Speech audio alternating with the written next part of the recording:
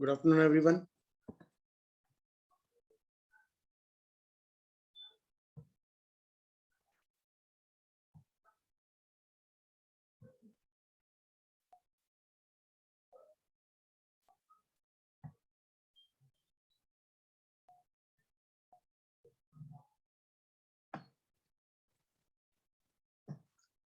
चलिए स्टार्ट करते हैं session. So first topic that we will discuss today is concept 6 syllogism. Syllogism का मतलब होता है logical deduction.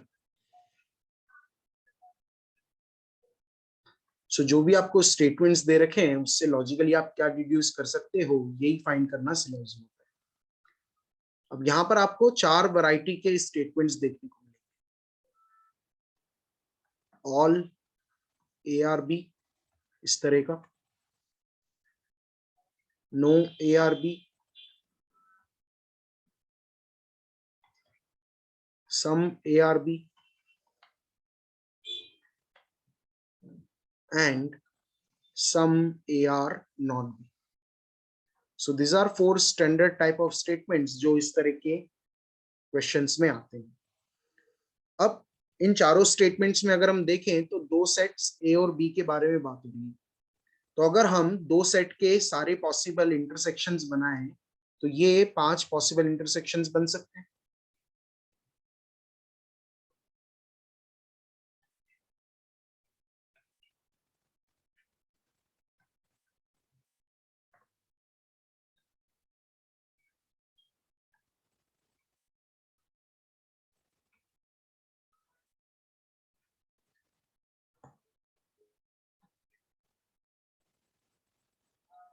So this are all possible intersections जो हम 2 सेट के बीच में बना सकते हैं. Now to solve questions of syllogism सबसे पहले ये आइडेंटिफाई करते आना चाहिए कि कौन से स्टेटमेंट जो है उसको हम इनमें से किस सेट से या किस रिप्रेजेंटेशन से रिप्रेजेंट कर सकते हैं. Once we are able to identify that, उसके बाद हम इसके क्वेश्चंस कर पाएंगे. तो अगर हम पहला स्टेटमेंट देखें, ऑल ARB. सो बताइए इन 5 में से ऑल ARB जो है ये किससे रिप्रेजेंट होगा? क्या फर्स्ट से ऑल ARB रिप्रेजेंट होगा?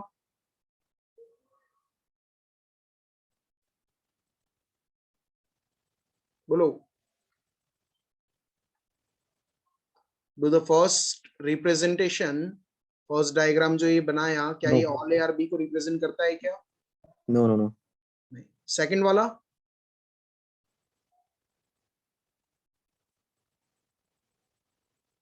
I think yes. है ना, तो सेकंड तो इसमें रिप्रेजेंट हो रहा है. थर्ड वाले में ऑल ARB है क्या? नहीं नहीं नहीं, फोर्थ में? इसी में कंफ्यूजन है सर. इक्वल है अगर तो हो सकता है ना सर. होगा ना. होगा. देखो ऑल ARB जो है वो उसका मतलब क्या होता है? ऑल ARB का अगर हम हिंदी में ट्रांसलेशन करें तो क्या मतलब हुआ कि सारे A B हैं. हम B के बारे में नहीं जानते लेकिन A हमें पता है कि B से बाहर नहीं हो सकता है. तो यहाँ तो A B से बाहर था इसलिए ये रिप्रेजेंट नहीं हुआ. यहाँ देखें A जो है B से बाहर नहीं है इसलिए ये रिप्रेजेंटेशन होगा. यहाँ देखें A B से बाहर है तो ये रिप्रेजेंटेशन नहीं हो सकता है. फोर्थ वाले में A जो है वो B का ही पार्ट है, उससे बाहर तो नहीं है, इसका मतलब ये भी इसका रिप्रेजेंटेशन होगा. एंड फिफ्थ में देखें तो A जो है ये B से बाहर है, ठीक है, इसलिए ये भी रिप्रेजेंटेशन नहीं हो सकता है. हमें A के बारे में कंफर्म पता है लेकिन B के बारे में कंफर्म नहीं पता है, इसलिए ये दोनों पॉसिबिलिटीज हमें कंसिडर करनी पड़ेगी. सो ऑल ARB के लिए ये 2 रिप्रेजेंटेशन होते हैं. क्या ये क्लियर है? First one. Yes. Second statement, no ARB. बताइए फर्स्ट वाला रिप्रेजेंट करेगा क्या इसको? नो ARB को.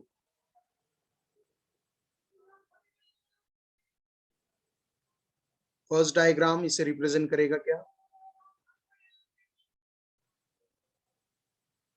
नहीं sir, because some A is a B.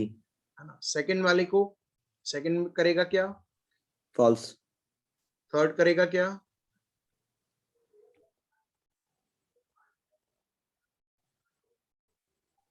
false, false, fourth,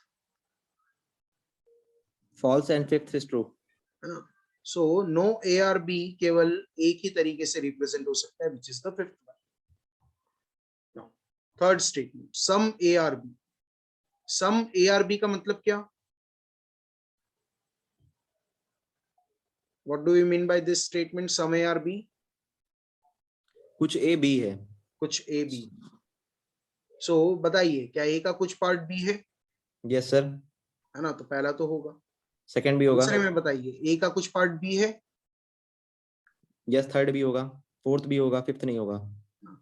third में भी है ए और बी में कुछ कॉमन, फोर्थ में भी है ए और बी में कुछ कॉमन. तो सम ए आर बी के लिए ये चारों रिप्रेजेंटेशन होंगे.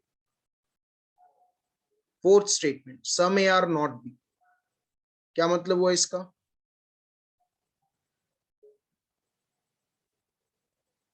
कुछ है ऐसे हैं जो कि बी नहीं है. है ना? ए का कुछ पार्ट बी से अलग होना चाहिए. तो बताइए, क्या पहला वाला रिप्रेजेंट करेगा इसको? Yes. सेकंड? नहीं. थर्ड भी नहीं. थर्ड? नहीं नहीं नहीं. देखो, कुछ ए एक बी सेकंड. से अलग है. थर्ड करेगा? करेगा करेगा करेगा. फोर्थ? नहीं करेगा. फिफ्थ करेगा. फिफ्थ करेगा. सो इसके लिए ये तीन रिप्रेजेंटेशन. अब जब हम क्वेश्चन सॉल्व करते हैं तो उस वक्त यही रिप्रेजेंटेशन हमें बनाकर सॉल्व करने देते हैं. चलो, इन चारों के रिप्रेजेंटेशन में किसी को कोई डाउट हो, कोई क्वेश्चन हो तो पूछे, नहीं तो फिर आगे देखते हैं. ये क्लियर है सभी को?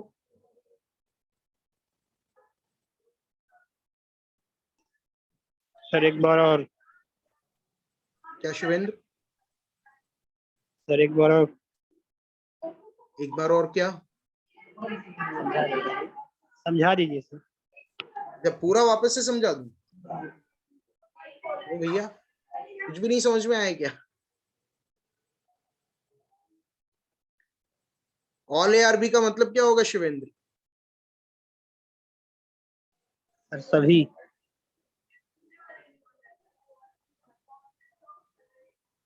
सारे ए बी है. सभी ए बी है. है ना? तो बताओ, पहले रिप्रेजेंटेशन में देखो, क्या सारे ए बी है क्या? नहीं. है ना? दूसरे में देखिए, क्या सारे ए बी है?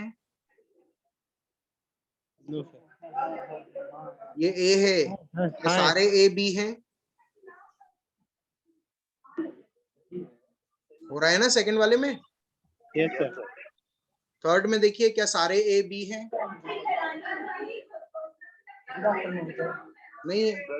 फोर्थ में देखो, सारे ए बी हैं? हाँ है.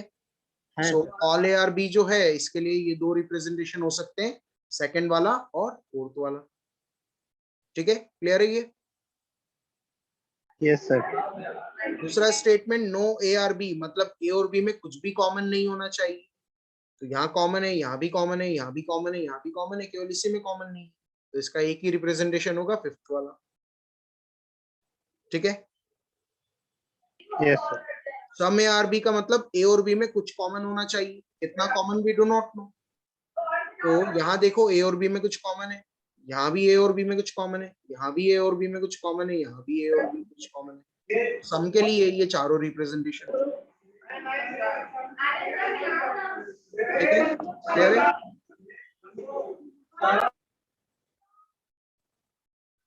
सम वाला स्टेटमेंट ये क्लियर हुआ? Yes sir. Fourth one, some A are not B, मतलब ए का कुछ पार्ट बी से अलग होना चाहिए. यहाँ देखिए, ए का कुछ पार्ट बी से अलग है तो ये रिप्रेजेंट करेगा. यहाँ अलग नहीं है तो ये नहीं करेगा. यहाँ देखिए, ए का कुछ पार्ट बी से अलग है तो ये भी रिप्रेजेंटेशन होगा. यहाँ नहीं होगा.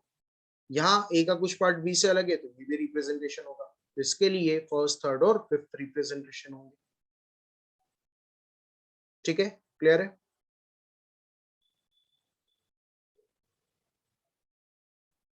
ये चारों स्टेटमेंट्स और इनके रिप्रेजेंटेशन क्लियर हुए सभी को? Yes sir. So first variety of questions जो आपको सिलोजिज्म में देखने को मिल सकते हैं वो कुछ इस तरह के रहते हैं. देखिए डायरेक्शंस क्या कह रहा है क्वेश्चन नंबर 1 to 5 के लिए. In each of the following questions, statement 1 is to be taken as true based on the information Determine the truth value of statement 2 as true, false or uncertain. Mark A, B और C respectively. यहाँ जो questions है इनमें आपको दो statements दे रखे, आपको statement 1 को ट्रू मानकर डिटरमाइन करना है कि जो सेकंड वाला स्टेटमेंट है वो उसके बेसिस पे देखना है कि वो ट्रू होगा, फॉल्स होगा या अनसर्टेन, और उसके अकॉर्डिंगली आपको ऑप्शन ए, बी या सी मार्क करना है। ठीक है, तो कैसे करेंगे ये समझते हैं। फर्स्ट क्वेश्चन में देखें, स्टेटमेंट 1 है सन इज अ स्टार। अब देखो इसके आगे कुछ भी नहीं लगा हुआ है, ऑल, सम कुछ भी नहीं लगा हुआ है, तो जब आगे कुछ भी नहीं लगा रहे तो हम उसे यूनिवर्सल स्टेटमेंट मानते हैं। दैट मीन्स ये जो स्टेटमेंट है ये क्या है, all sun is a star. ये कौन सा वाला स्टेटमेंट हो जाएगा, ऑल वाला हो जाएगा। So all sun are star. अब हमें क्या करना पड़ेगा, ये जो पहला स्टेटमेंट है इसका रिप्रेजेंटेशन बनाना पड़ेगा। तो ऑल सन आर स्टार मतलब सन वाला जो सेट है वो स्टार वाले सेट के या तो अंदर होगा या फिर इक्वल होगा। ये दो रिप्रेजेंटेशन बनते हैं ऑल के लिए। अब इन दोनों रिप्रेजेंटेशन पे से हमें चेक करना है ये जो स्टेटमेंट 2 है ये ट्रू है, फॉल्स है या अनसर्टेन है। तो स्टेटमेंट 2 क्या दे रखा है, some suns are not stars. That means sun का कुछ पार्ट स्टार से अलग होना चाहिए। तो बोलिए इसमें ट्रू है या फॉल्स है,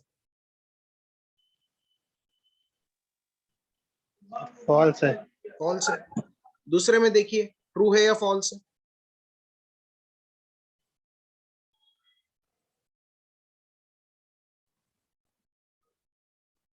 some suns are not star, true है या फॉल्स है, सेकंड रिप्रेजेंटेशन फॉल्स। फॉल्स। दोनों जगह अगर फॉल्स आया मतलब ये क्या है, डेफिनेटली फॉल्स है। तो इसके लिए ऑप्शन कौन सा मार्क करेंगे, सो फर्स्ट क्वेश्चन का आंसर इज ऑप्शन। क्या है, क्लियर है, कैसे चेक करा, समझ में आया। Excuse me sir. हाँ प्रियांशी। सर जो फर्स्ट नंबर क्वेश्चन है उसमें सेकंड स्टेटमेंट जो है सम सन्स, तो हम यहाँ से भी आइडेंटिफाई कर सकते हैं ना कि सन्स मतलब प्लूरल है और एक से ज्यादा तो सन है ही नहीं। नहीं, ऐसा नहीं लेना है। अच्छा, ठीक है, ओके सर। आपको यहाँ पर जो स्टेटमेंट्स दे रखे हैं ना केवल उनको देखना है। अब कुछ स्टेटमेंट में तो ये भी लिखा होगा कि सम कैट्स आर डॉग्स, अब वो ट्रू तो नहीं होता है, यस लेकिन सर। आपको वो चेक करना रहेगा कि जो स्टेटमेंट्स गिवन है उनसे वो कंक्लूड हो सकता है नहीं। तो यहाँ पर जो एक्चुअल ट्रूथ से उन्हें नहीं देखना। ठीक है, okay sir. Question number 2, some students are intelligent. अब some students are intelligent, some के लिए कितने रिप्रेजेंटेशन बनते हैं, 4 बनते हैं, अभी हमने देखा था। ठीक है, तो सम स्टूडेंट्स आर इंटेलिजेंट के लिए अगर हम बनाए तो ये 4 बनाने पड़ेंगे।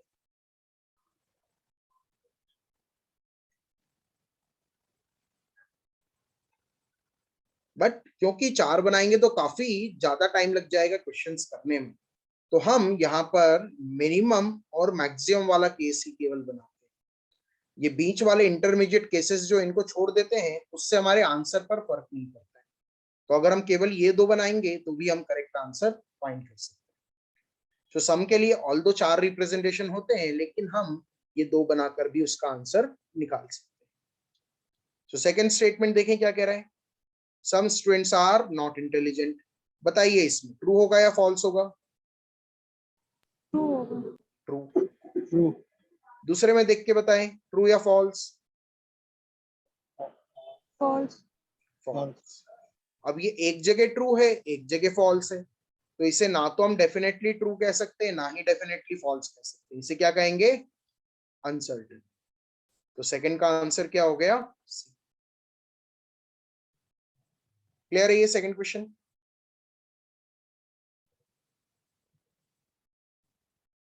बोलिए, question number 2, is this clear,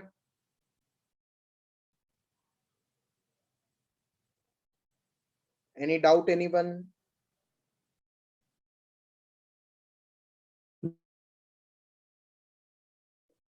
चलो third, only honest are achievers.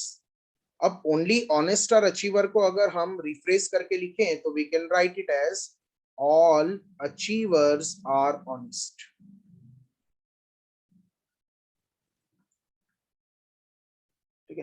Only honest are achievers, इसका मतलब है केवल ऑनेस्ट ही अचीवर हो सकते हैं। तो अचीवर ऑनेस्ट के अलावा और कुछ नहीं हो सकता है। इसलिए इसको अगर हम रिफ्रेश करें तो क्या लिखेंगे, ऑल अचीवर्स आर ऑनेस्ट। ठीक है, तो ऑल अचीवर्स आर ऑनेस्ट का अगर हम डायग्राम बनाए तो अचीवर वाला सेट कहाँ होगा, ऑनेस्ट वाले सेट के अंदर या फिर उसके इक्वल। ये दो रिप्रेजेंटेशन बनेंगे। अब इसके ऊपर से सेकंड स्टेटमेंट की ट्रूथ वैल्यू चेक करते हैं। तो ऑल ऑनेस्ट आर अचीवर्स, बोलिए फर्स्ट में ट्रू या फॉल्स। फॉल्स। फॉल्स। दूसरे में बोलिए ट्रू या फॉल्स। ट्रू। ट्रू। एक जगह फॉल्स है एक जगह ट्रू है, तो इसे क्या कहेंगे, अनसर्टेन। अनसर्टेन। तो इसका आंसर इज ऑप्शन सी। ठीक है, क्लियर है ये।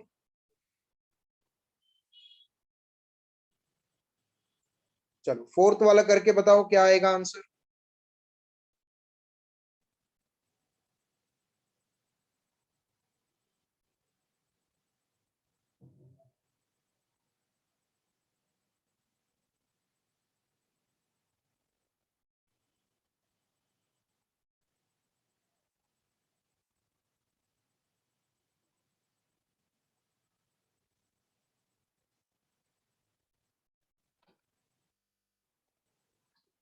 नो कार्स आर ट्रैम्स, कितने बनेंगे इसके,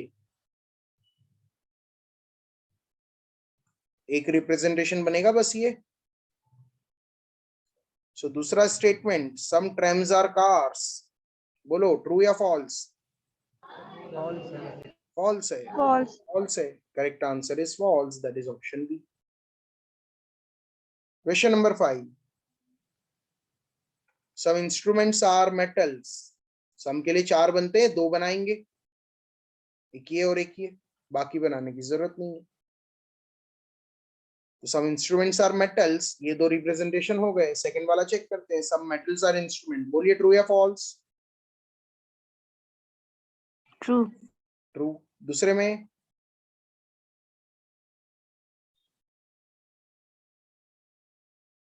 सेकंड में ट्रू या false. True. True. So this is true in both the cases, तो आंसर इज ऑप्शन ए। ठीक है, तो ये कुछ इस तरह के क्वेश्चन आपको फर्स्ट वैरायटी के देखने को मिल सकते हैं, जहां पर आपको एक स्टेटमेंट दे रखा है और सेकंड स्टेटमेंट की आपको क्या निकालना है, ट्रूथ निकालना है। चलो ये 5 क्वेश्चन क्लियर है सभी को, ये वैरायटी समझ में आई कैसे करना है, इसमें कोई डाउट किसी को।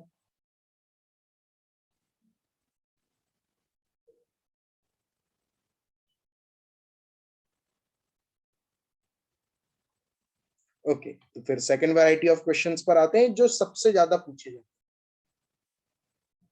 क्वेश्चन नंबर 6 to 10 क्या कह रहा है, in this questions 2 statements are given followed by 2 inferences A and B. Assume the statements to be true. Mark your answer as A if conclusion 1 follows, B if conclusion 2 follows, C if both conclusion 1 and 2 follows, and D if neither of the conclusion follows. तो अब यहाँ पर एक की बजाय आपको 2 statement के basis पर जो कंक्लूजन से उन्हें देखना है कि कौन सा फॉलो करेगा और कौन सा फॉलो नहीं करेगा। ठीक है, तो कैसे करते हैं ये समझते हैं क्वेश्चन नंबर 6 के एग्जांपल से। पहला statement all mothers are aunts, तो ऑल मदर्स आर आंट्स का पहले रिप्रेजेंटेशन बनाए। ऑल मदर्स आर आंट्स एक ये बनेगा, एक इक्वल वाला बनेगा। अब जो दूसरा स्टेटमेंट है उसको इसी के साथ कनेक्ट करना। ठीक है, तो ऑल आंट आर लेडीज, अब आंट वाला सेट कहाँ होगा, लेडीज वाले सेट के या तो अंदर होगा या फिर इक्वल होगा। तो हम मिनिमम केस बनाने के लिए जो ये आंट वाला सेट है इसको लेडीज वाले सेट के अंदर रख दें, ये मिनिमम ओवरऑल इंटरसेक्शन बन गया इनका। और दूसरा जो होता है जहां पर इक्वल करना है यहां पर इक्वल कर दें। सो ये ओवरऑल मिनिमम का केस बन जाएगा, ये ओवरऑल मैक्सिमम का केस बन जाएगा। इसके थ्रू हम जो कंक्लूजन चेक करेंगे वो हमें करेक्ट आंसर दे देगा। तो पहला conclusion all mothers are ladies, बताइए पहले में ट्रू या फॉल्स। ट्रू। ट्रू। दूसरे में बताइए ट्रू या फॉल्स। ट्रू। ट्रू। है ना, तो जो कंक्लूजन हर रिप्रेजेंटेशन में ट्रू होता है वो फॉलो करता है। इसी तरह सेकंड को चेक करते हैं, ऑल आंट्स आर मदर्स, बोलिए ट्रू या फॉल्स? फॉल्स। फॉल्स। फॉल्स।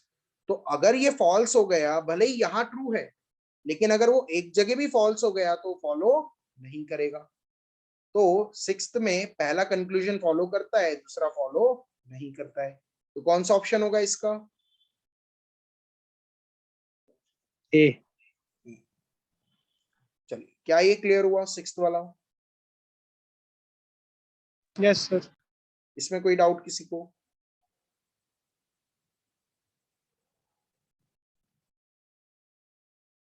चलो सेवेंथ वाला बनाते हैं। First statement, some doctors are fools, तो सम डॉक्टर्स आर फूल्स एक ये बनेगा, दूसरा इक्वल वाला बनेगा। Second one, some fools are rich, तो फूल्स और रिच का इंटरसेक्शन या फिर इक्वल।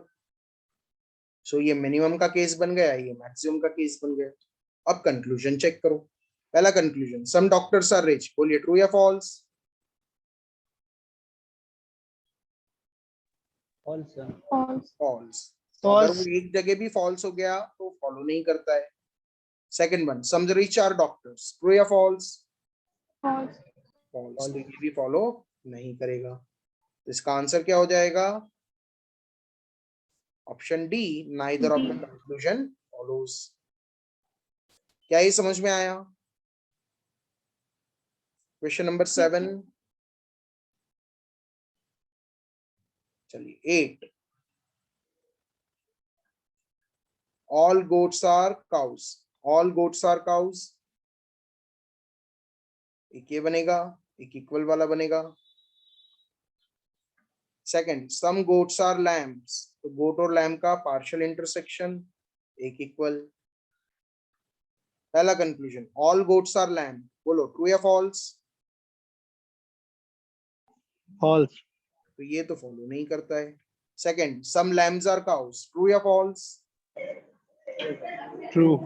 इसमें भी ट्रू, तो ये फॉलो करता है। तो 8th में केवल सेकंड कंक्लूजन फॉलो कर रहा है, मतलब correct answer is option B. ठीक है, क्लियर है ये?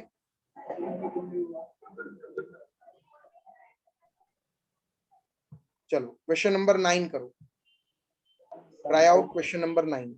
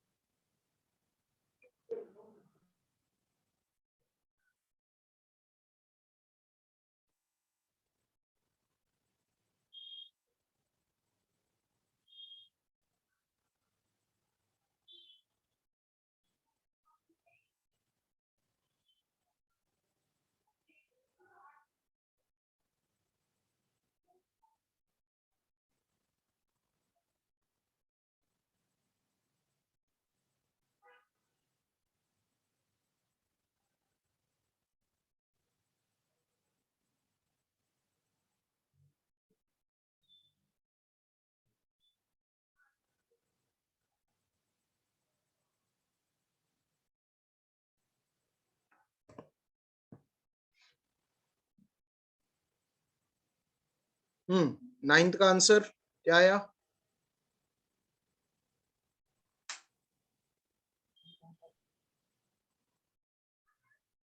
एनीवन?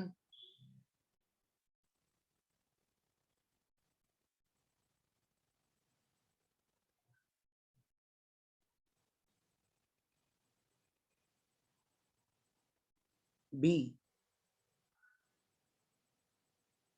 ओके, और कोई? सी। सी। चलो देखते हैं। फर्स्ट स्टेटमेंट है सम पेन्स आर गन्स, तो सम पेन्स आर गन्स ये दो बनेंगे। Second, no gun are ink pot, तो गन और इंक पॉट अलग। यहाँ भी गन से इंकपॉट को अलग रखना है तो मैं यहाँ अंदर भी रख सकता हूँ, बाहर भी रख सकता हूँ, दोनों पॉसिबिलिटी है। गन से अलग रहना चाहिए बस। सो पहला देखें, some pen are not inkpot, कुछ पेन इंकपॉट से अलग है। हाँ अलग है, यहाँ भी अलग है। सो ये फॉलो कर रहा है दोनों case. Some guns are pen, gun और पेन में कुछ कॉमन यहाँ भी है यहाँ भी है, तो ये भी फॉलो करेगा। सो 9th का correct answer is option C, both conclusion follows.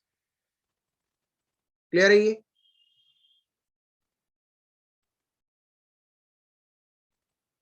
किसी को डाउट इसमें? सर जो आई है उसके सेट को पी के अंदर देखो तो प्रियांशी, गन से अलग रखना है। अब गन से अलग तो जहां भी वो गन से अलग है वहां रख सकते हो ना।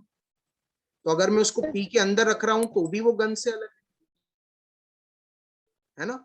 हमें पॉसिबिलिटीज बनानी है, ऐसा देखो। बाहर भी रखा हुआ है फिर अंदर भी रखा हुआ है।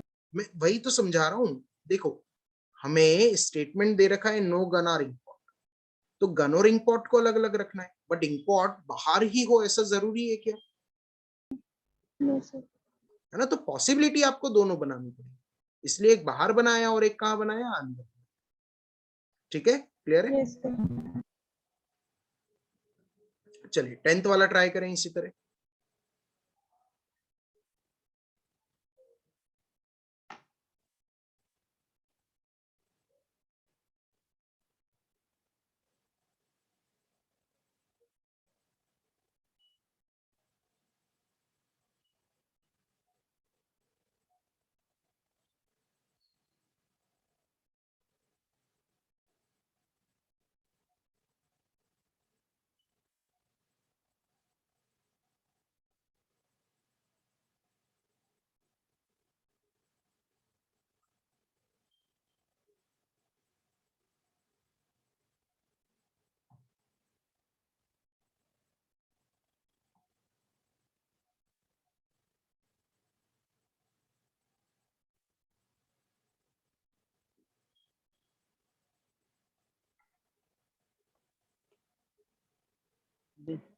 सर सी। ओके चलो देखते हैं। सम गर्ल्स आर रोजेस, तो सम गर्ल्स आर रोजेस एक ये बनेगा, एक ये बनेगा। फिर कह रहा है सम रोजेस आर नॉट पेन, तो कुछ रोजेस जो हैं वो पेन से अलग होने चाहिए। जब मैंने यहां बनाया तो देखो रोजेस का कुछ पार्ट पेन से अलग है, पूरा भी अलग है। अच्छा, अगर मैं गर्ल और पेन को इक्वल कर दूं तो क्या रोजेस का कुछ पार्ट पेन से अलग रहेगा क्या? Yes sir. है ना, तब भी रहेगा, मतलब ये भी पॉसिबिलिटी है। सो पहला conclusion, some girls are not pen, नहीं ऐसा तो जरूरी नहीं है। And no pens are girls, ऐसा भी जरूरी नहीं है। तो इसका आंसर क्या होगा? Option D, neither of the conclusion follows. So एक चीज इसमें आप समझें कि अगर हम पॉसिबिलिटीज मिस कर जाएंगे ना तो हमारे आंसर गलत हो जाएंगे। हमें बोला था सम रोजेस आर नॉट पेन, तो हमें रोजेस से कुछ पेन को अलग करना है, बट गर्ल से अलग करना है ऐसा तो नहीं बोला है। जब हमने पेन को यहाँ बाहर बनाया तो ये गर्ल से भी अलग हो गया, तो जरूरी तो नहीं है कि गर्ल से अलग ही बने। तो ऐसा पॉसिबिलिटी ढूंढते हैं कि क्या वो गर्ल के साथ इक्वल हो सकता है, तो इस केस में हो सकता था पेन से कुछ पार्ट अलग है बट गर्ल के साथ इक्वल है। तो इन दोनों से जब आप चेक करोगे तो आपको दिखेगा कि पहला भी फॉलो नहीं करता है और दूसरा भी फॉलो नहीं करता है। अगर आप ये केस नहीं बनाओगे ना तो फिर गड़बड़ हो जाएगी, आपके ये कंक्लूजन आपको फॉलो करते हुए दिख जाएंगे जो गलत हो जाएगा। इसलिए इसमें थोड़ा सा ये सोच कर बनाना पड़ेगा कि कौन सी पॉसिबिलिटी कवर हो गई और कौन सी पॉसिबिलिटी कवर नहीं हुई। क्या ये समझ में आया?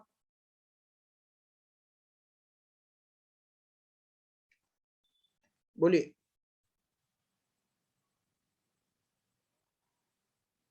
इसमें कोई डाउट किसी को?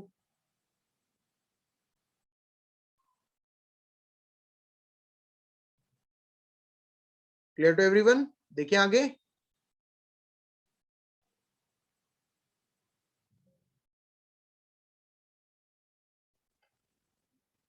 चलिए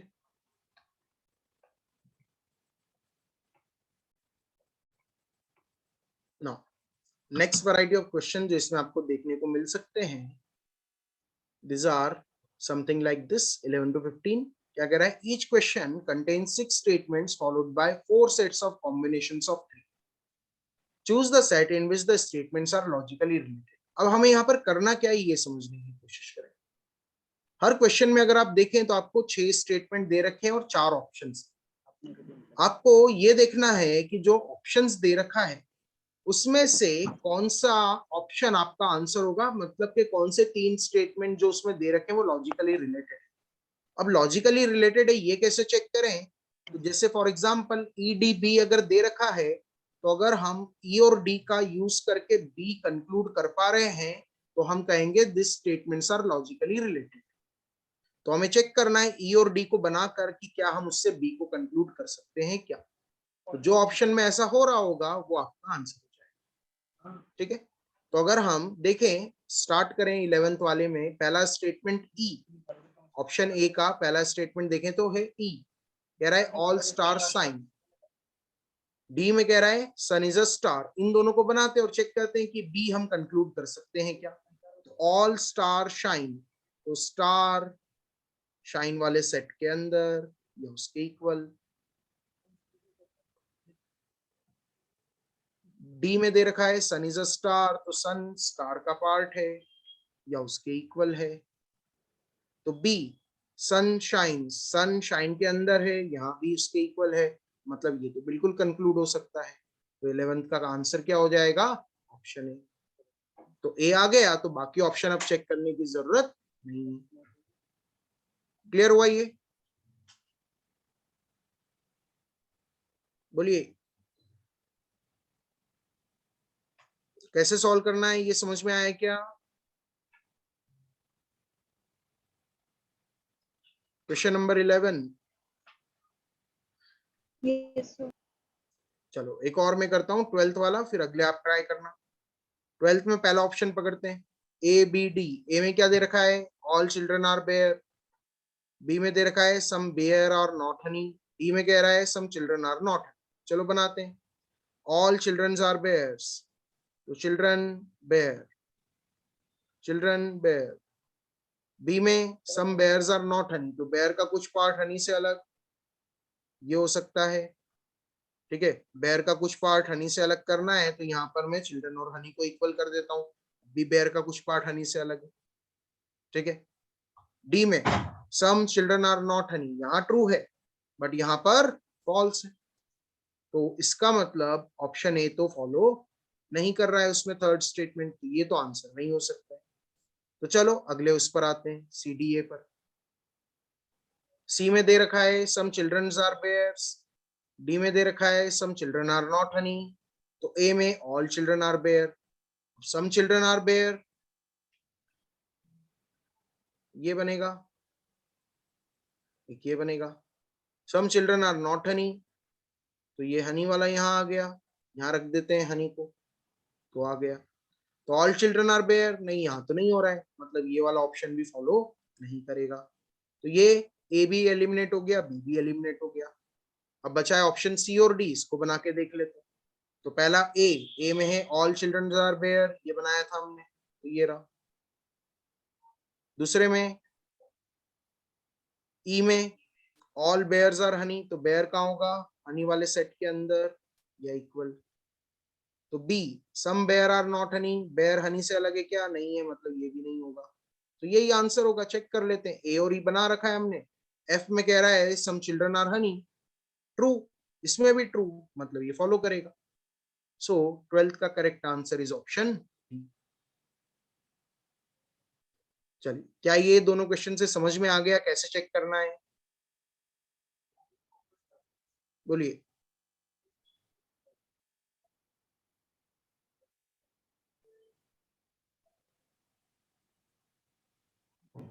Yes, sir.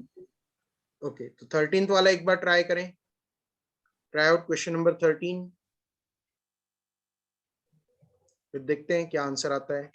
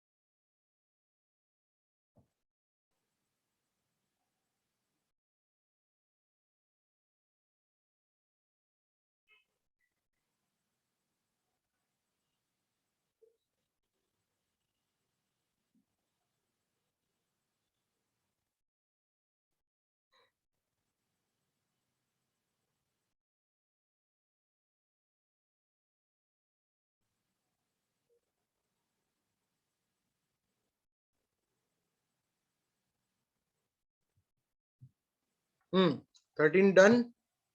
क्या है आंसर?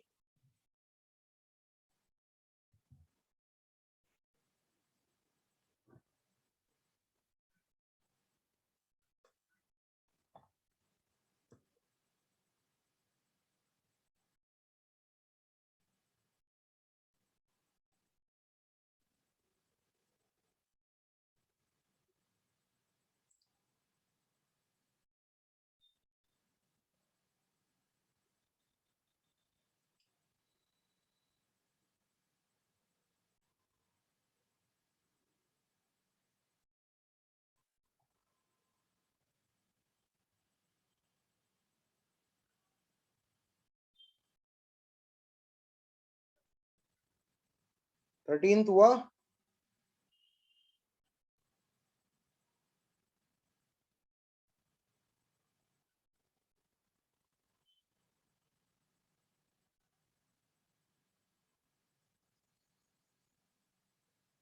चलिए करें चेक। पहला ऑप्शन ACF, ए में कह रहा है all MBAs are engineer, all MBAs are engineer, ये दो बनेंगे। सी में गिवन है नो इंजीनियर इज पुअर, तो इंजीनियर और पुअर अलग अलग। तो F some MBA are not poor, true, यहां भी ट्रू, तो पहले ही आंसर हो जाएगा। ठीक है, क्लियर है ये? किसी का और कुछ आया था क्या 13th का? सर हाँ कृष्णा। एफ कैसे मैच कर रहा है सर? एफ थोड़ा समझाएंगे एफ को। एफ में क्या बोला? सम MBA आर नॉट पुअर, है ना? कुछ MBA जो है वो पुअर से अलग होना चाहिए। देखो कुछ MBA पुअर से अलग है क्या?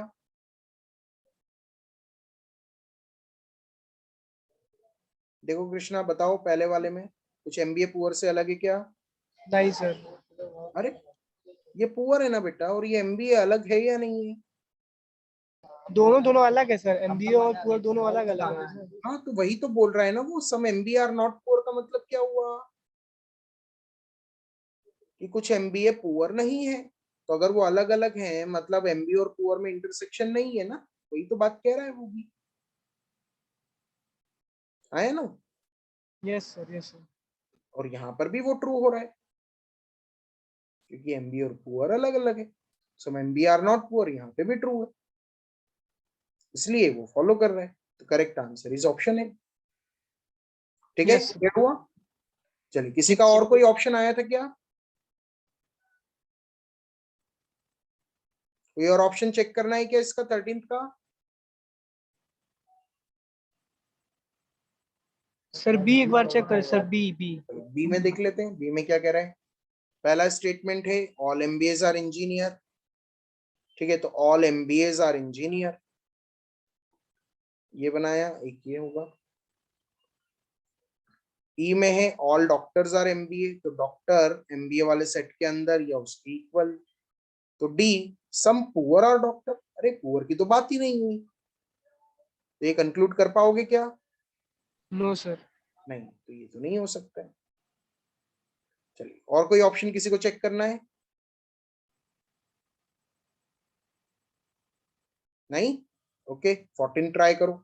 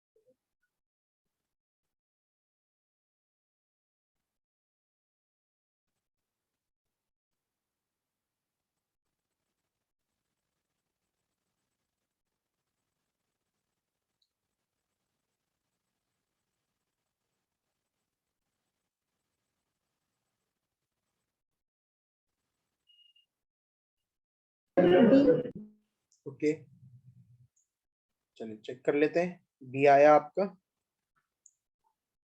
बी में है सी डी एफ, तो सी में है all Hrithiks are Barbara, all Hrithiks are Barbara, ये दो बनेंगे। डी में है नो बारबरा इज काइट, तो बारबरा और काइट वाला सेट अलग अलग। So F no Hrithik is kite true, यहां भी ट्रू, ये बिल्कुल करेक्ट है। सो 14th का correct answer is option B. चलिए, किसी का और कोई आया क्या ऑप्शन चेक करना है कोई सा?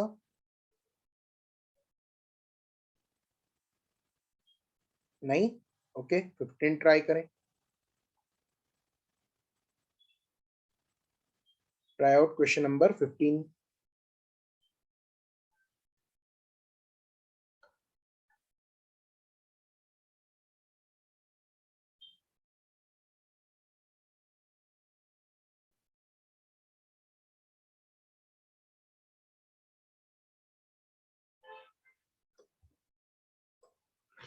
सर एक बार 14 का ए नंबर भी चेक कर दीजिए।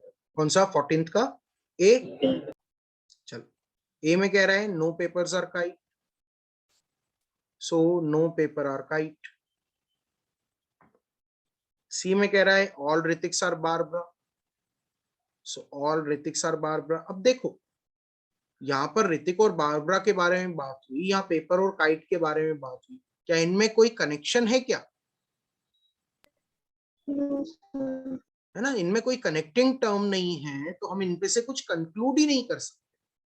तो अगर आपको स्टेटमेंट दे दिया जाए ए और बी के बारे में, दूसरे स्टेटमेंट में सी और डी के बारे में बोल दिया जाए, तो आप इनपे से कुछ भी कंक्लूड नहीं कर पाओगे।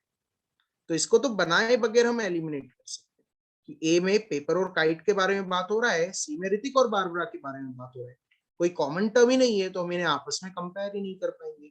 इसलिए हम ए को सीधे सीधे एलिमिनेट कर सकते हैं। ठीक है। Okay sir.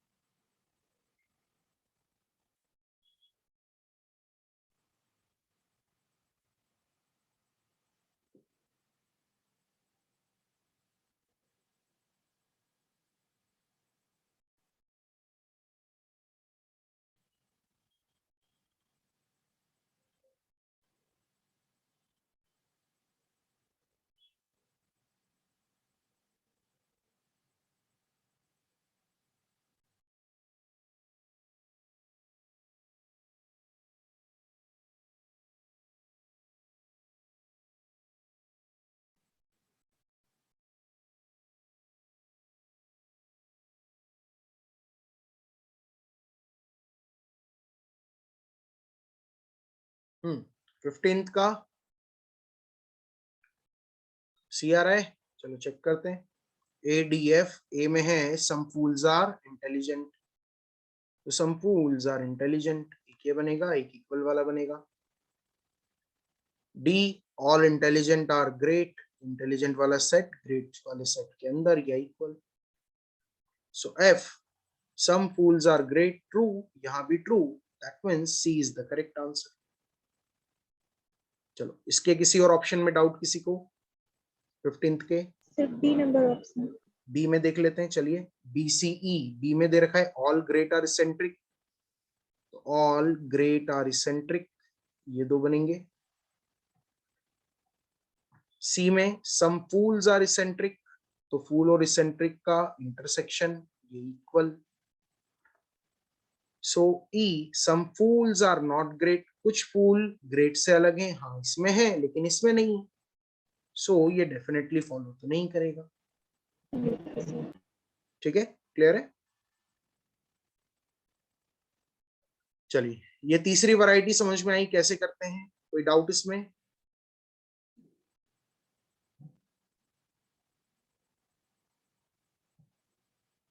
ओके। अब ये जो क्वेश्चन है 16 to 22, ये उसी तरह के हैं जो अभी हमने ऊपर देखे थे, जहां दो स्टेटमेंट के ऊपर से हमें कंक्लूजन निकालने हैं। कंक्लूजन दो की जगह चार भी हो जाए तो फर्क नहीं पड़ता, स्टेटमेंट तो दो ही है। तो ये मैं आप लोगों के लिए छोड़ रहा हूँ, ये आप लोग कर लेना। ठीक है, हम नेक्स्ट वैरायटी ऑफ क्वेश्चन देखते हैं, क्वेश्चन नंबर 23 से 25, जहां पर दो की जगह ज्यादा स्टेटमेंट्स दे रखे हैं जिनपे से हमें कंक्लूजन निकालना है। तो जैसे अगर हम 23rd देखें, तो पहले में क्या दे रखा है, some A are B, some B are C, some C are D. ये देयरफॉर करने के बाद जो लिखा हुआ है ये उसका कंक्लूजन, तो हम ये कंक्लूड कर सकते हैं या नहीं, ये हमें चेक करना है। तो चलो बनाते जाते हैं। पहला है सम ए आर बी, तो सम ए आर बी ये बनेगा, एक इक्वल बनेगा। Second, some B are C, तो सम बी आर सी ये बनेगा। Some C are D, some C are D ये बनेगा। So therefore some A R C, बोलो ए और सी में कुछ इंटरसेक्शन है क्या यहाँ पर? No. नहीं, तो ये कंक्लूड तो नहीं कर सकते हैं, तो पहला तो नहीं होगा इस। दूसरा चेक करते हैं, some B are A, some B are A बनाए, तो सम बी आर ए ये बनेगा, एक इक्वल बनेगा। सम सी आर डी, ठीक है, कुछ सी डी है, तो सम सी आर डी एक ये बन जाएगा, एक इक्वल बन जाएगा सी और डी का। फिर कह रहा है नो ए इज सी, तो ए और सी अलग अलग होंगे, इसमें अलग अलग है। यहाँ ए और सी को अलग अलग करना है, लेकिन सी जो है ये बी से भी अलग हो, ऐसा जरूरी है क्या? नहीं, अलग भी हो सकता है, नहीं भी हो सकता है। तो कंक्लूजन है सम सी आर बी, नहीं ऐसा होना जरूरी नहीं कि सी और बी में कुछ कॉमन हो, तो ये भी फॉलो नहीं करता है। इसलिए आंसर क्या हो जाएगा? Option C, neither one nor two follows. क्या ये समझ में आया? Yes sir. चलो 24 ट्राई करके देखो।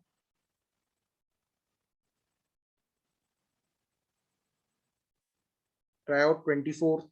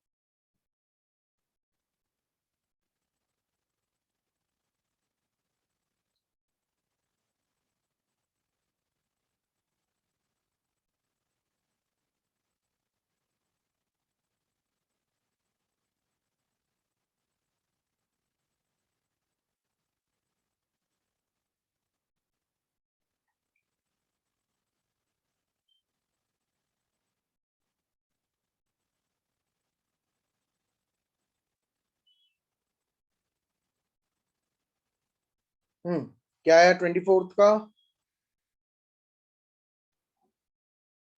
बी। ओके, चलो देख लेते हैं। First, some C are not D. C का कुछ पार्ट डी से अलग है, तो सी का कुछ पार्ट डी से अलग, ये केस भी हो सकता है, या पूरा अलग हो, ये केस भी हो सकता है। Then some B are A. B और ए इस तरह से हो सकते हैं, या इक्वल भी हो सकते हैं। नो ए सी, ए और सी अलग अलग होना चाहिए, ठीक है। तो सम ए आर डी, नहीं, ए और डी में कुछ कॉमन हो ऐसा तो जरूरी नहीं है, तो पहला फॉलो करेगा, ये तो नहीं है, तो पहला तो फॉलो नहीं करता। दूसरा, सम D are C. Some D are सी, एक ये बनेगा, एक इक्वल बनेगा। नो सी इज बी, तो सी और बी अलग अलग बनेंगे, ये सी और बी अलग अलग बन गए, ये सी और बी अलग अलग बन गए। नो ए इज डी, ए जो है ये डी से अलग अलग अलग होना चाहिए, तो ए डी से अलग बना दिया, यहाँ भी ए डी से अलग बना दिया। So no B is C, हाँ बी और सी तो अलग अलग है ही है, ये बात तो ट्रू है। सो ये फॉलो करता है, तो answer is a, only second follows. Clear हुआ है ये? चलो 25 ट्राई करें।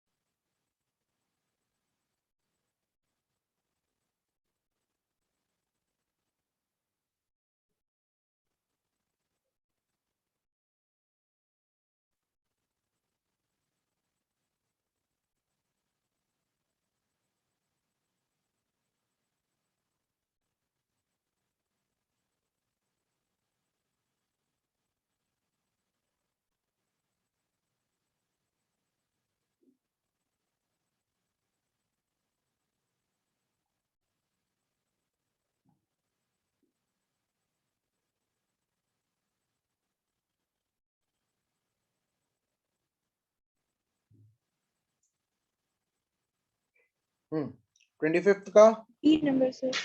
ओके। चलो पहला, all A are B.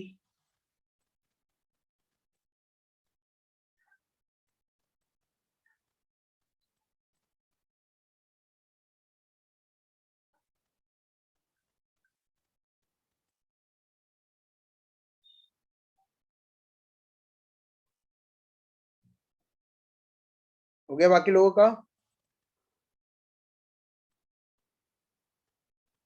Priyanshi done? Yes sir. Second, all B are C. And third, all C are D. So ये बनेगा। So conclusion, some D are A true, यहाँ पे भी ट्रू, तो ये फॉलो करता है। Second one, all A are B.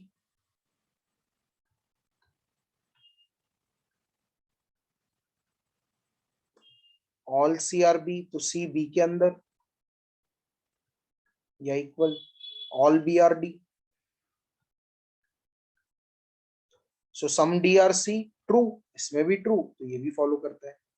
तो correct answer is option B, both 1 and 2 follows। क्या ये क्लियर है?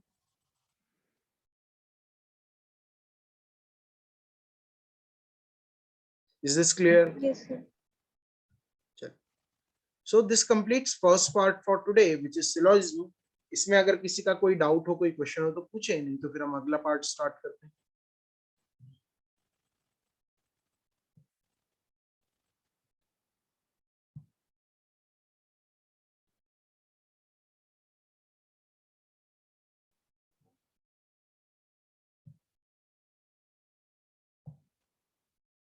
चलिए, second topic that we are covering today is concept 8, data sufficiency.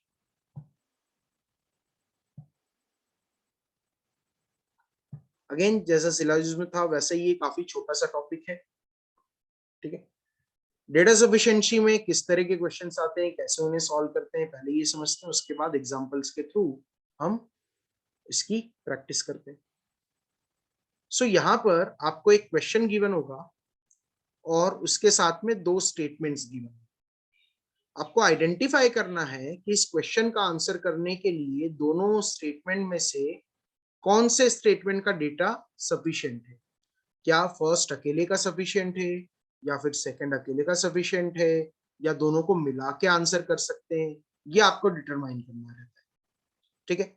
और जो आपका मिल रहा है कि अगर मान लो पहले अकेले से सफिशिएंट है तो उसके अकॉर्डिंगली आप ऑप्शन मार्क करोगे, सेकंड अकेला सफिशिएंट है तो उसके अकॉर्डिंग ऑप्शन मार्क करोगे, दोनों के कॉम्बिनेशन से आ रहा है तो उसके अकॉर्डिंग ऑप्शन मार्क करोगे।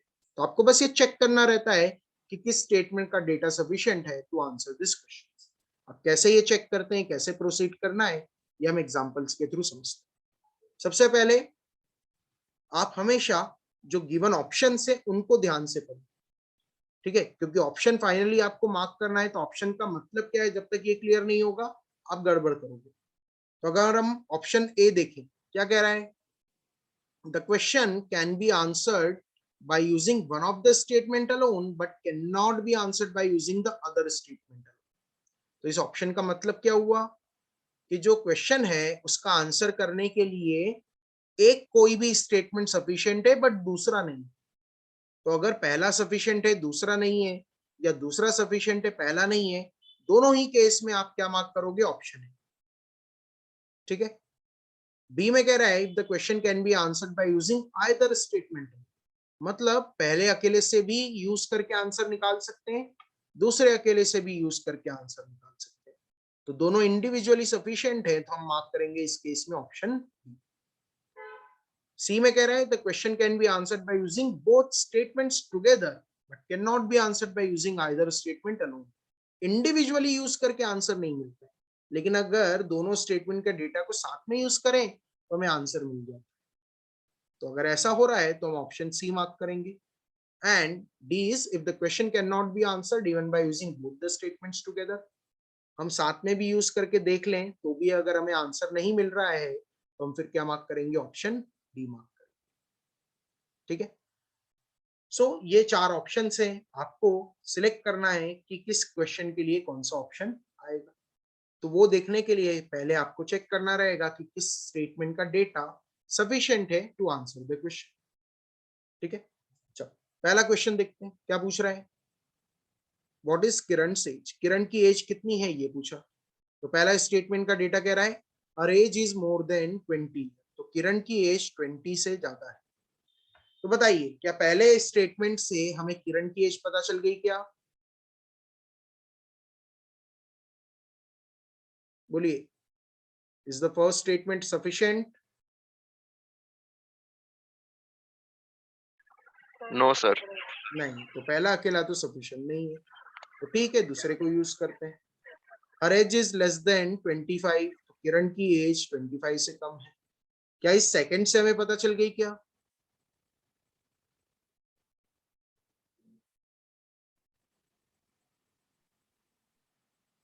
नहीं पता चली। लेस देन 25 तो कुछ भी हो सकता है, तो ये भी सफिशिएंट नहीं है। पहला भी सफिशिएंट नहीं है, दूसरा भी सफिशिएंट नहीं है इंडिविजुअली, तो अब दोनों को साथ में यूज करो। दोनों को साथ में देखें तो किरण की एज 20 से ज्यादा है, 25 से कम है। 20 से ज्यादा है, 25 से कम है, तो क्या किरण की एज बता सकते हैं?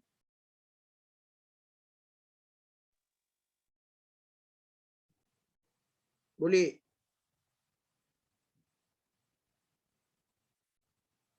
Are this two statement sufficient?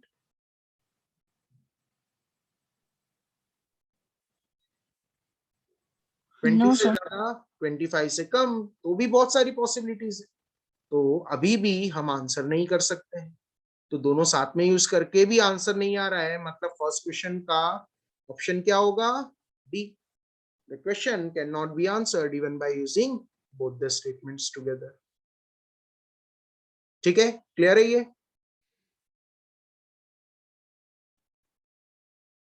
कोई डाउट इसमें?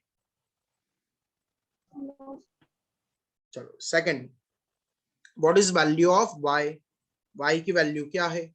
तो पहले में y का वैल्यू दे रखा है 5x to the power 4 minus 4x cube plus 16z square plus 4z minus 108।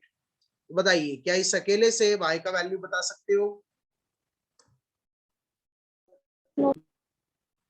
नहीं बता सकते हैं, वेरिएबल के टर्म्स में। हमें तो एग्जैक्ट वैल्यू पूछा है y का, तो पहला अकेला सफिशिएंट नहीं। Second, x equal to 9 z equal to 16, क्या इससे y का वैल्यू बता सकते हो सेकंड वाले से? No, sir. नहीं। क्योंकि इक्वेशन ही नहीं है। दोनों को साथ में यूज करें, दोनों को साथ में यूज करके y का वैल्यू निकाल सकते हैं, यस सर, अगर फर्स्ट में उसको पुट कर दूं तो। है ना। फर्स्ट में इसको पुट कर दें तो y का वैल्यू आ जाएगा।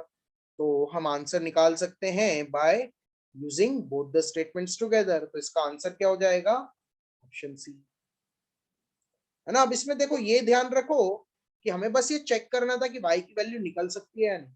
आपको अननेसेसरीली अब इस y की जो वैल्यू है इसमें x की जगह 9 और z की जगह 16 रख के उसको सॉल्व करने की जरूरत नहीं है। आपको केवल चेक करना है कि फाइंड कर सकते हैं हम। तो ये अननेसेसरी कैलकुलेशन करने की जरूरत आपको नहीं है, ठीक है। चलिए, क्लियर है ये दोनों क्वेश्चन सभी को? Yes sir. Third one, what is area of figure ABCD given below? क्या है एबीसीडी? कौन सा फिगर है? रेक्टेंगल। कैसे पता रेक्टेंगल है? सर उनकी नीचे लेंथ और विड्थ दी हुई है। नहीं, तो वो तो उसने ऐसे ही दे दी है, दो साइड दे सर रखी है, रेक्टेंगल है, ये कैसे पता चला बेटा? ऐसा देख के लग रहा है ना? एंगल है। देख के लग रहा है ऐसा, यस सर। है ना। तो ये एक रूल याद रखो कि फिगर्स देखकर है ना अजम्पशन नहीं ले लेना है कि वो कौन सा figure. This can be a rectangle, this can be a square also. ऐसा कहां Yes, बोला sir. है कि अलग अलग sides? This can be a rhombus also. हमें ऐसा बोल रखा है क्या कि एंगल 90 डिग्री है? No, sir. है ना। तो अगर ऐसा नहीं बोल रखा है तो we can not take assumption ये रेक्टेंगल है या स्क्वायर है या क्या।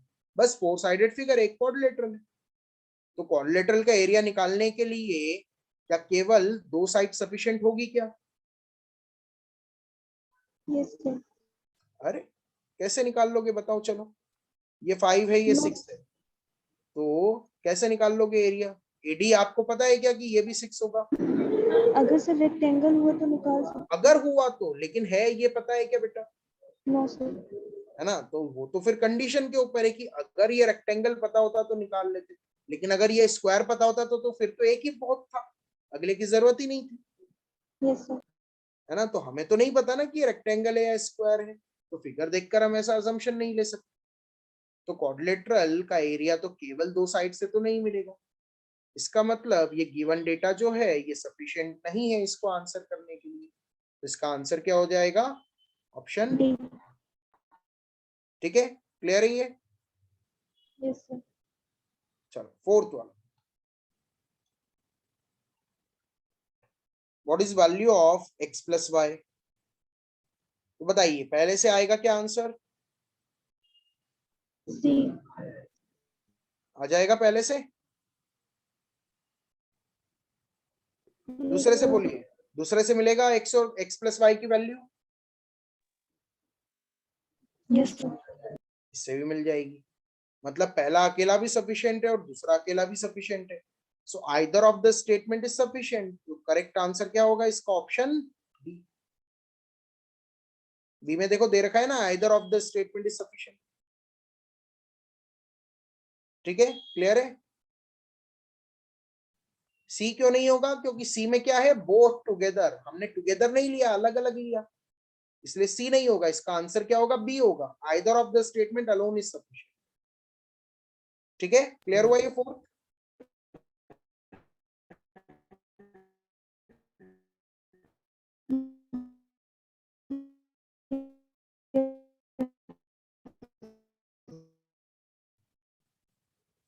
Priyanshi, you are trying to say something but आपकी आवाज नहीं आई, फिर से बोलिए।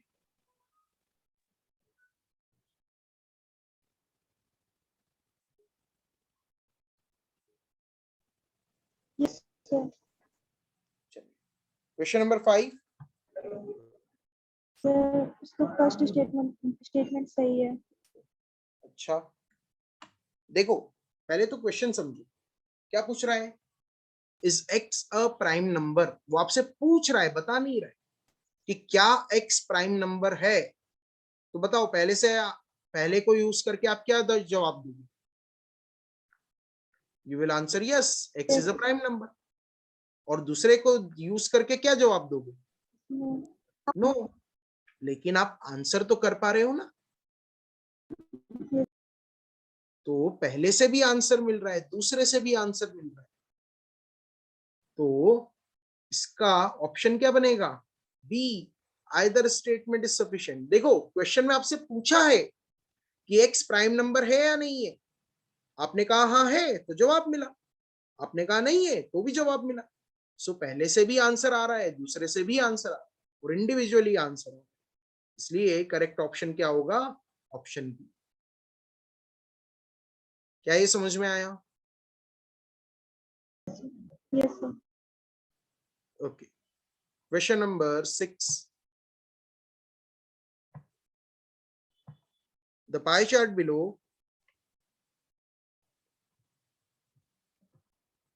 below gives distribution of monthly rent of an apartment paid by Arun and Shirish. How much does Arun pay per month? Arun कितना पेमेंट करता है ये निकालना है। पहला कह रहा है y इक्वल टू 30, तो अरुण का 30% है पेमेंट। क्या आंसर मिल गया क्या फर्स्ट से?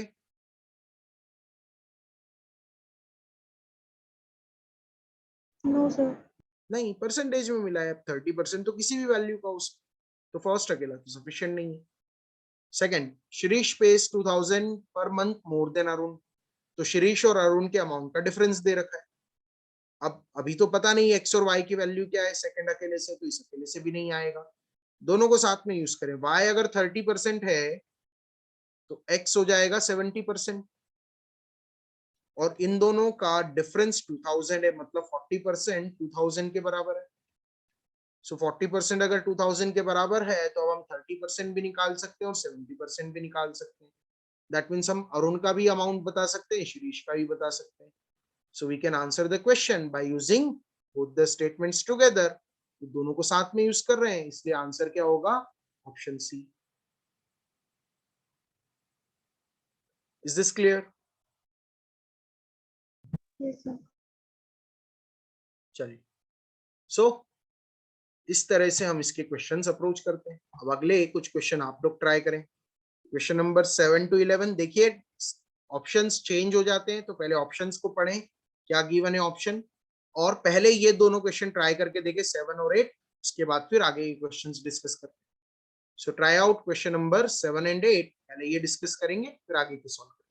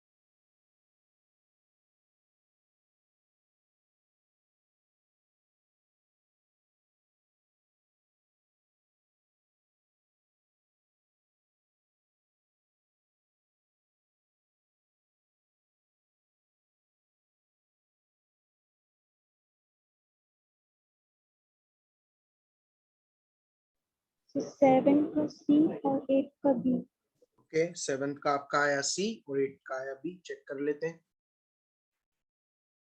7th में गिवन है, given ABC are real numbers, what is value of B? B का वैल्यू क्या है ये हमें फाइंड करना है। पहले में दे रखा है ABC are such that B square equal to AC, अब B square equal to AC है तो बी की एग्जैक्ट वैल्यू तो नहीं बता सकते, कुछ भी हो सकता। सो पहला अकेला तो सफिशिएंट नहीं है।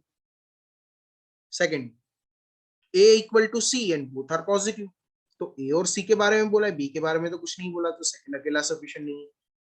दोनों को साथ में यूज करें, B square equal to AC है, A और C इक्वल है, मतलब A B और C इक्वल हो जाएंगे। अब A B C भले ही इक्वल हो गए बट इससे हमें वैल्यू तो नहीं मिला B का, सो हम दोनों को भी साथ में यूज कर लें तो भी आंसर तो नहीं आ रहा है। हमें बी का वैल्यू ए के टर्म्स में मिल रहा है लेकिन हमसे तो वैल्यू पूछा है ना, नंबर के टर्म्स में चाहिए, एग्जैक्ट वैल्यू चाहिए, वेरिएबल के टर्म्स में तो नहीं चाहिए। इसलिए दोनों को यूज करके भी हम आंसर नहीं निकाल सकते हैं। सो इसका correct answer is option A. ठीक है, बट सर वहाँ पे दिया हुआ है ना कि given A B C are real numbers, तो वो तो तो बेटा रियल नंबर देगा। 1 भी होता है, 2 भी होता है, 3 भी होता है, तो बताओ बी का हाँ, वैल्यू तो 1 सर है, जो भी 2 है नंबर या देगा वो इक्वल हो जाएगा B के। हाँ, लेकिन आपसे तो आंसर पूछा ना। अब अगर आपसे को पूछा जाए what is value of B, तो आप ऐसा थोड़ा ना कह सकते हो कि B is a real number. Real number तो इनफाइनाइट यस सर। है ना। तो ये याद रखें कि जब तक आपको एग्जैक्ट वैल्यू नहीं मिलती आप नहीं कह सकते हो कि आपको वैल्यू मिल गया है या आंसर मिल गया। ठीक है, okay sir. Question number 8, is mod of X greater than mod of Y? क्या mod of X mod of Y से बड़ा होगा क्या? पहले में कह रहा है X cube is greater than Y cube. अब एक्स क्यूब वाई क्यूब से बड़ा है, तो x अगर -1 हो जाए, y -2 हो जाए, तो भी एक्स क्यूब वाई क्यूब से बड़ा होगा। लेकिन फिर मॉड ऑफ x जो है वो मॉड ऑफ y से बड़ा तो नहीं होगा। ठीक है, और x जो है वो 1 हो जाए या x 2 हो जाए और y 1 हो जाए, तब भी एक्स क्यूब वाई क्यूब से बड़ा होगा, और इस केस में mod of x mod of y से बड़ा होगा। तो पहले से तो हम नहीं बता सकते हैं कि मॉड ऑफ x बड़ा है या मॉड ऑफ y बड़ा है, तो पहला अकेला तो सफिशिएंट नहीं है। दूसरे को देखते हैं, X square is greater than Y square, ये तभी होगा जब x का जो मॉड्यूलस है वो y से बड़ा हो। जो स्क्वायर फंक्शन है और मॉड फंक्शन है वो ऑलमोस्ट सिमिलर होते हैं। ठीक है, ये भी पॉजिटिव बना देता है वैल्यूज को, ये भी पॉजिटिव बना देता है, तो अगर एक्स स्क्वायर वाई स्क्वायर से बड़ा है तो मॉड ऑफ एक्स भी डेफिनेटली मॉड ऑफ वाई से बड़ा ही होगा। सो सेकंड अलोन सफिशिएंट है इसको आंसर करने के लिए। सो 8 का correct answer is option C. C. चलिए अगले 3 क्वेश्चंस ट्राई करें। Question number 9, 10 and 11।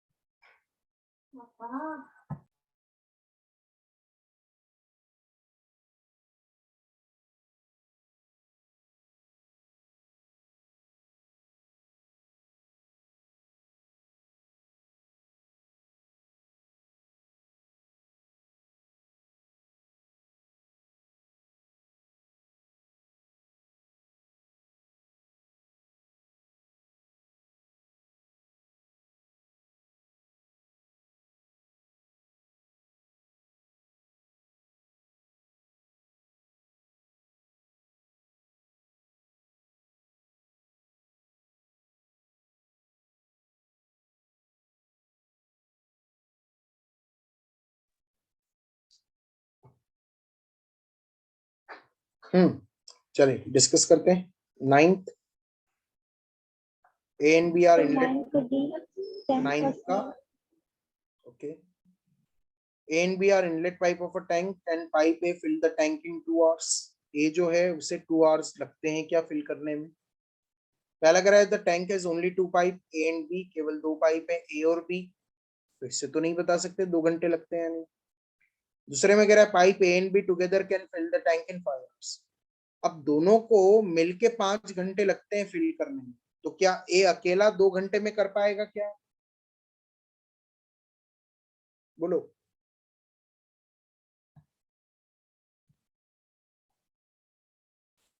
दोनों को मिलके अगर 5 घंटे लगते हैं फिल करने में, तो क्या ये अकेला 2 घंटे में फिल कर पाएगा क्या?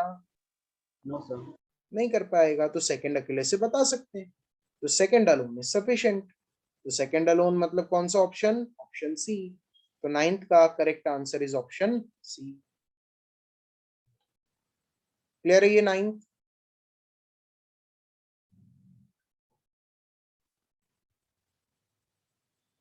10th.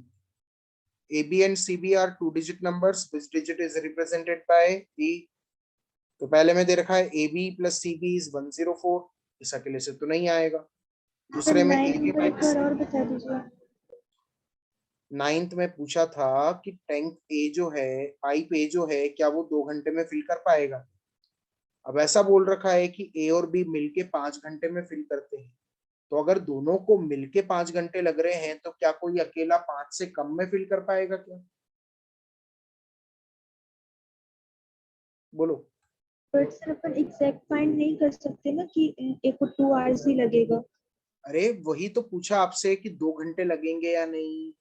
ए और बी दोनों इनलेट हैं, दोनों मिलके टैंक को फिल करते हैं तो 5 घंटे लगते हैं. अब अगर एक को नहीं यूज करा जाए, केवल एक को यूज करेंगे, तो 5 लगेंगे. 5 से कम लगेंगे या ज्यादा लगेंगे? ज्यादा. तो आप ऐसा तो कह सकते हो ना कि 2 घंटे में फिल नहीं होगा, है ना.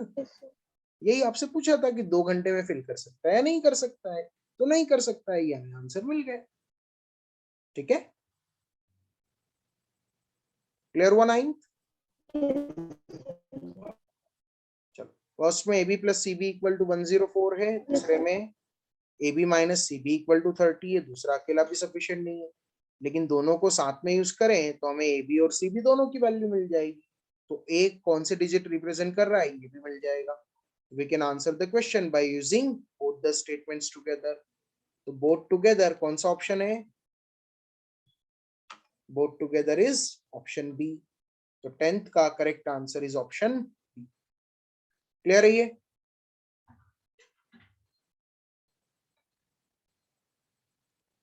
11th. In which quadrant does point A lie? 4 quadrant होते हैं हमारे.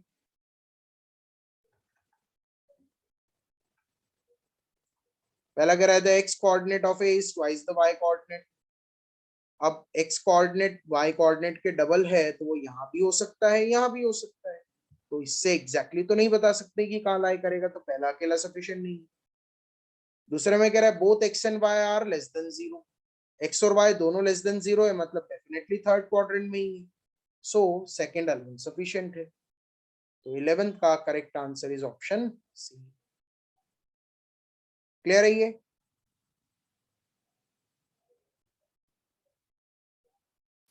बोलिए क्वेश्चन नंबर 11 तक कोई डाउट, एनी क्वेश्चन?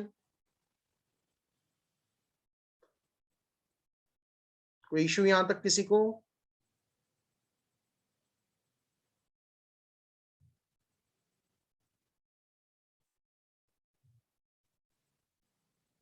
चलिए, सो अगले टाइप ऑफ क्वेश्चंस पर आते हैं, which are based on direction sense.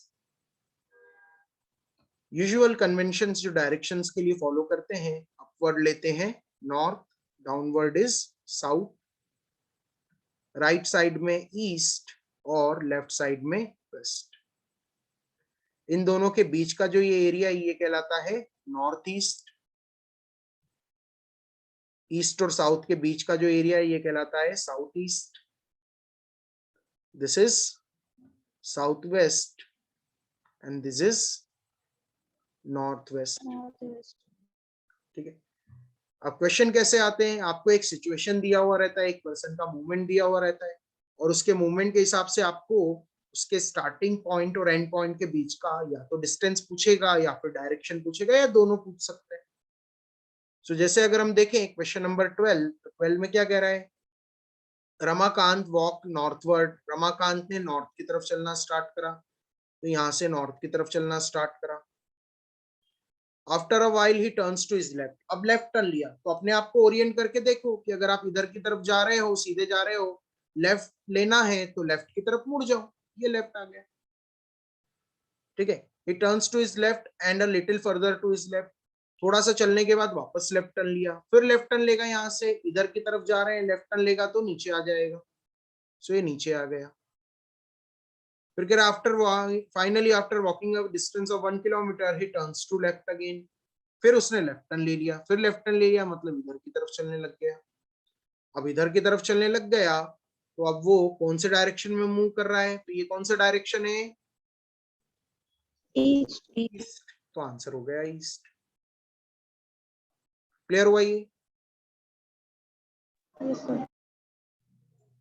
चलो, इसी तरह डिस्टेंस पूछ सकता है। 13th में देखें, Chintu went 15 kilometre to west from my house.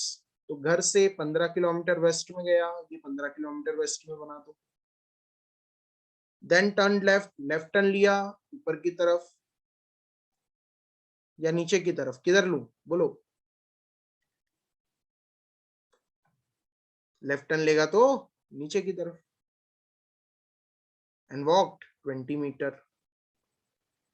He then turned east, east की तरफ गया और 25 मीटर वॉक करा।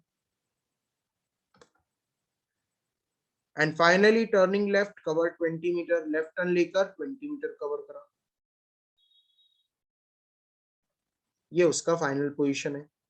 आपसे पूछा है कि how far is he from the house, तो घर से कितना दूर है। तो घर से कितना दूर है उसके लिए ये पाथ की डिस्टेंस नहीं निकालनी है, आपको ये दोनों पॉइंट के बीच का डिस्टेंस फाइंड करना है। तो इधर गया था 15, इधर आया 25, तो ये दोनों घरों के बीच की डिस्टेंस कितनी हो गई? 10 किलोमीटर। तो आंसर इज 10 किलोमीटर।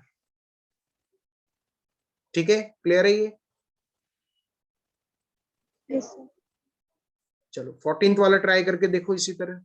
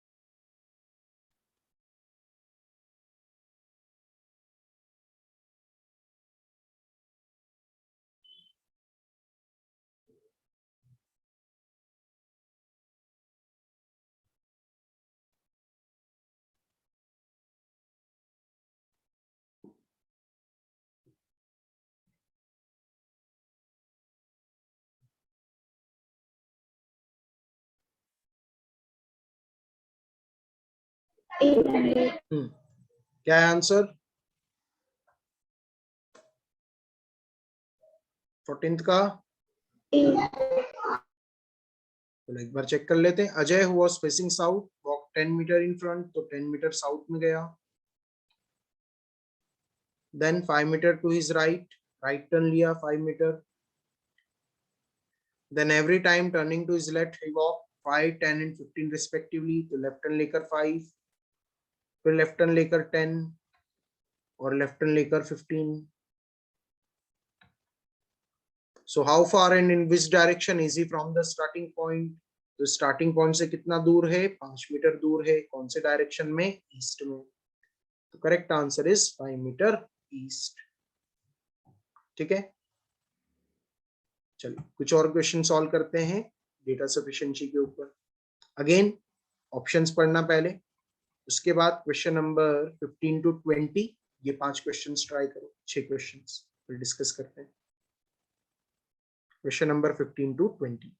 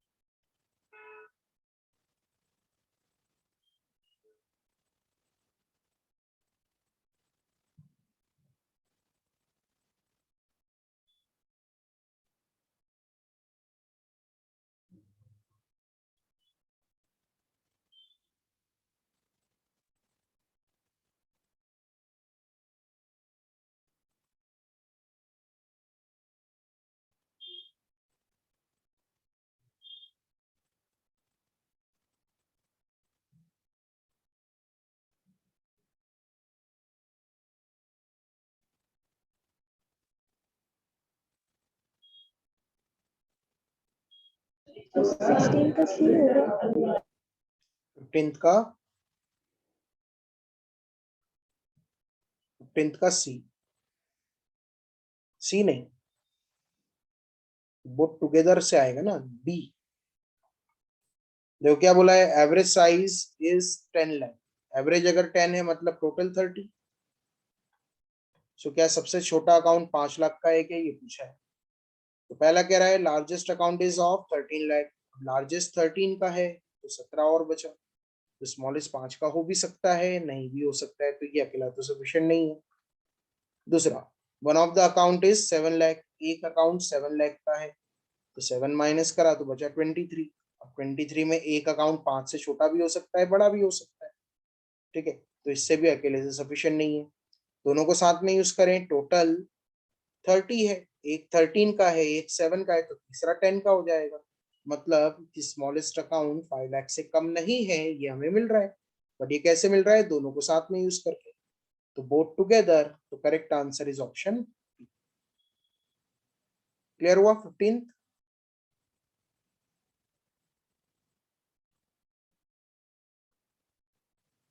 चलो बाकी ट्राई करो.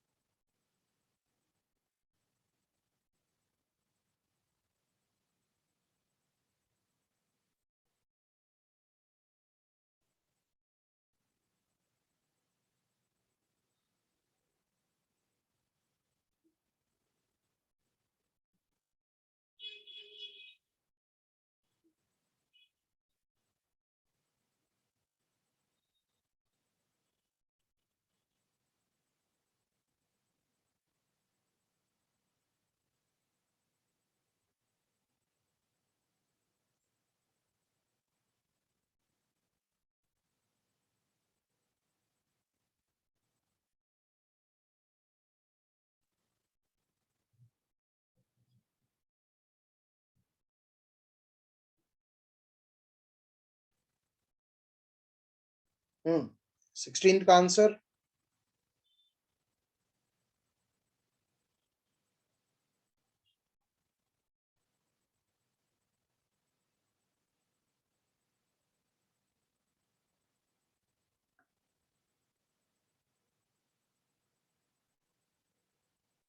फर्स्ट में देखें 3a + 2b = 9 दे रखा है, तो इस अकेले से तो a की वैल्यू आएगी नहीं।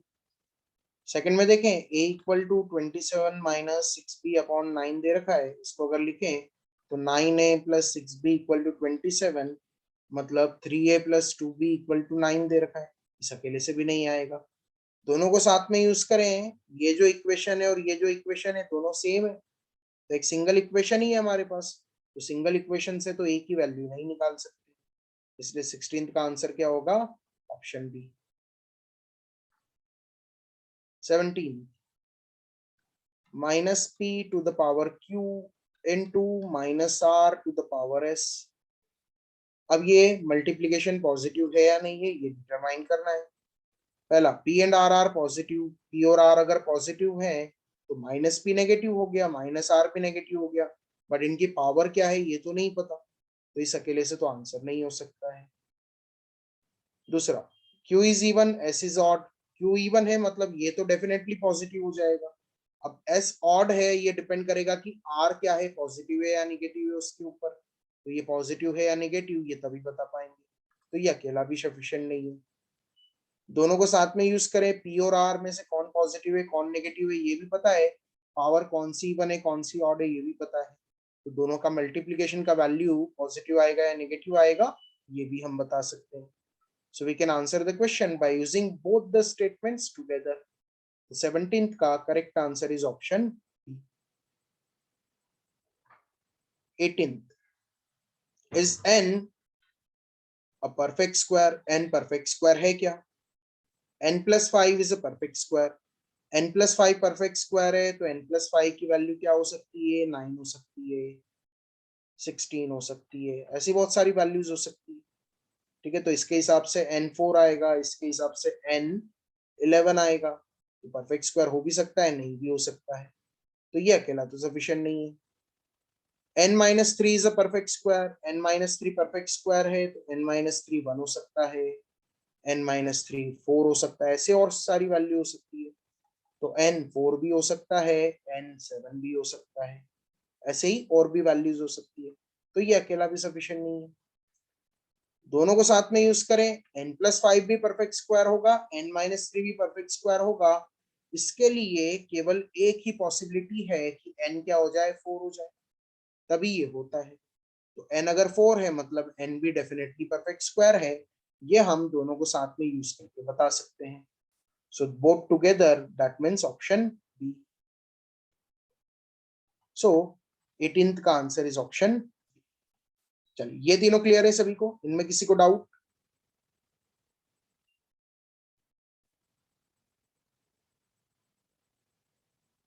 नहीं?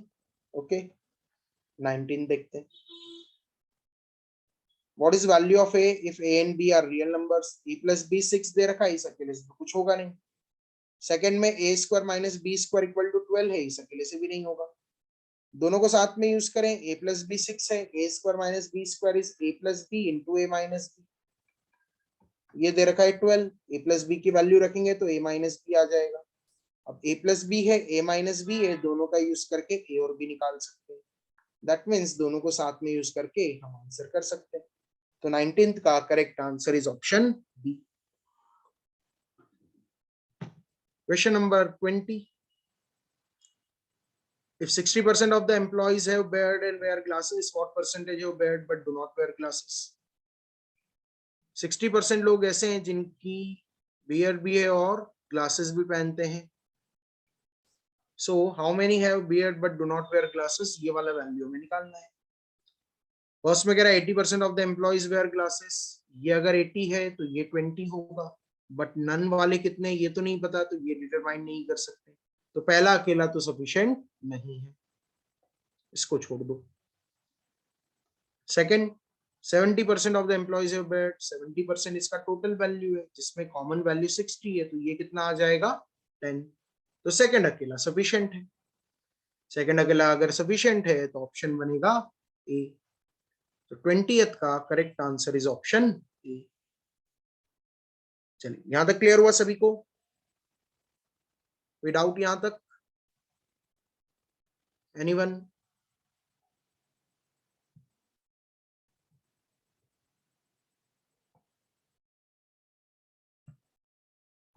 ओके, सो अब इसके आगे क्वेश्चंस आप लोग कर लेना, कोई डाउट आता है तो पूछ लेना, ठीक है? ओके, एंड करते हैं आज का सेशन। आज हमने 2 टॉपिक कवर करें, इन दोनों की अच्छे से प्रैक्टिस करना, ठीक है? चलिए, okay, thank you, bye everyone.